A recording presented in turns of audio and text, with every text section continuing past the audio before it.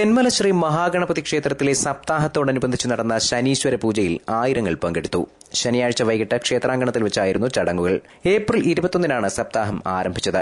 ആചാര്യൻ ബ്രഹ്മശ്രീ ഹരിപ്പാട് ഉണ്ണികൃഷ്ണന്റെ കാർമ്മികത്വത്തിലായിരുന്നു ശനീശ്വര പൂജ. തെന്മല പഞ്ചായത്തിന്റെ വിവിധ ഭാഗങ്ങളിൽ നിന്നായി ജനം ചടങ്ങുകൾ ദർശിച്ച് സായുജ്യമടയാൻ ഭക്തിപുരസരം എത്തി. 28-ന് സപ്താഹം സമാപിച്ചു. പ്രത്യതിദേവത എന്ന് പറയുന്നത് യമനാണ്, അല്ലെങ്കിൽ കാലൻ എന്ന് പറയും.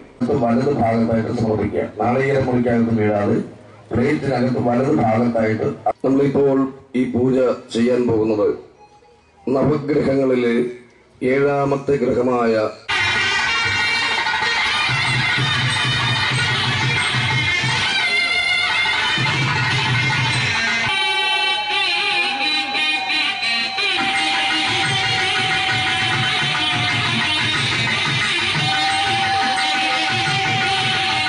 News bureau, Thenmala.